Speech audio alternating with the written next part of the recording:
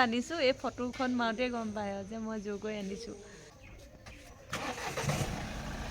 Hello' everyone, welcome to my YouTube channel Kabita Lakshmi. ভিডিঅ'টো দুদিনৰ আগৰ হয়, কিন্তু এডিট কৰিবলৈ সময় নোপোৱাত আজিহে মানে এডিট কৰি আজৰি হৈছোঁ আৰু সেয়েহে ভাবিলোঁ আজি এডিট কৰি ভিডিঅ'টো আপলোড দি আজৰি হওঁ বুলি ভাবিলোঁ। আৰু জোৰ কৰি ফটো মৰা হয় তেতিয়া এইটো মুড, যেতিয়া নিজৰ মনৰ পৰা নিজে মাৰে তেতিয়া হাঁহিটো আপুনি তেতিয়া হাঁহিটো ওলায়। এতিয়া মানে হাঁহি নাই আৰু মানে জোৰ কৰি মই যে আনিছোঁ এই ফটোখন মাউতে গম পায় যে মই জোৰ কৰি আনিছোঁ। মানে জঠৰ হৈ ৰখি দিব লাগে যে ৰখি আছেহি।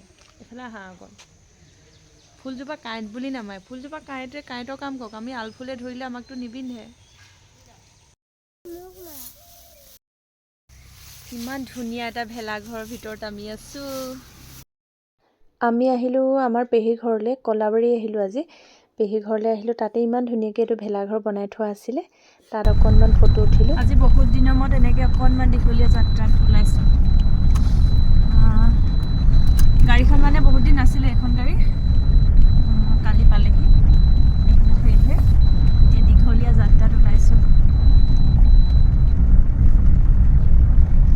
এইকেইদিন মই ইউটিউবত যিহেতু ব্লগ দিবই পৰা নাই মানে ঘৰতে সোমাইছোঁ আৰু ঘৰতনো কিমান চাব আৰু সেয়েহে আজি ওলাই আহিছোঁ।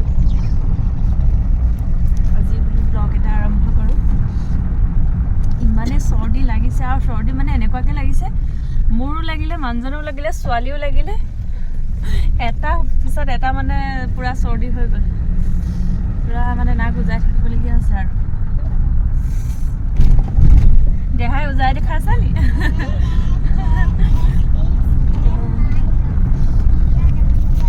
পেহী ঘৰ পালোগৈ, পাই খাই বৈ আজৰি হৈ আমি অলপ সময় থাকি তাৰপিছত পেহী ঘৰৰ পৰা আহিলোঁ। আৰু আহি ঘৰ পাওঁতে আমাৰ সন্ধ্যা লাগিলে, মানে ৰাতি হ'ল আৰু যিহেতু বাটটো দূৰ আছিলে। আজিলৈ ব্লগটো মোৰ ইমানেই, চাই কেনে পালে কমেণ্ট